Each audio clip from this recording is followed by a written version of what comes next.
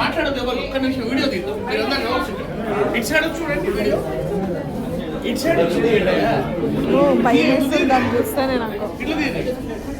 మిత్రులారా ఇది దీన్ని కొండ చీలువ అంటారు. ఈ పాము మన సైడ్ చాలా తక్కువ ఈ జాతి ఉండేది.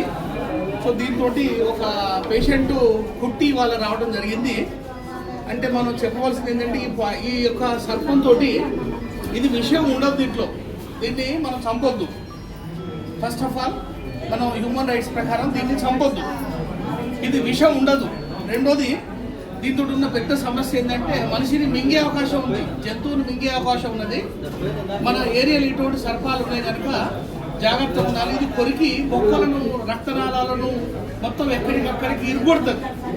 కాకపోతే దీంట్లో కూరలు ఉన్నాయి, మనం చూస్తే ఇక్కడ ఎటువంటి కూరలు లేవు, దీనికి విషం ఉండదు.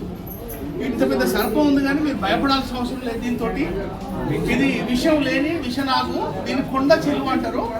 మన ప్రాంతాలలో ఉన్నది.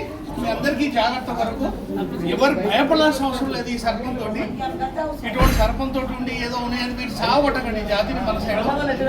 సో దీని ప్రమాదం నుంచి ఏంటంటే ఇక్కడ మనకు ఇది మనిషిని మొత్తం చుట్టేస్తే కాబట్టి దక్కితే దాని దగ్గర పోదు, దూరం ఉండాలి. దీన్ని ముట్టుకోవద్దు అసలు. మొత్తం ఊపిరి మొత్తం మనిషిని బట్టి ఒత్తిడిని బట్టి అది మొసాడకుండా చేసి మింగేస్తుంది. కాబట్టి దీని దూరం ఉండాలి, సరేనా?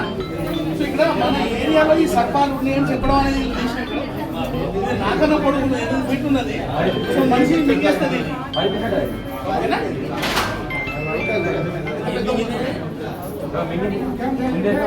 ఓకేనా? భయపడాల్సిన అవసరం లేదు.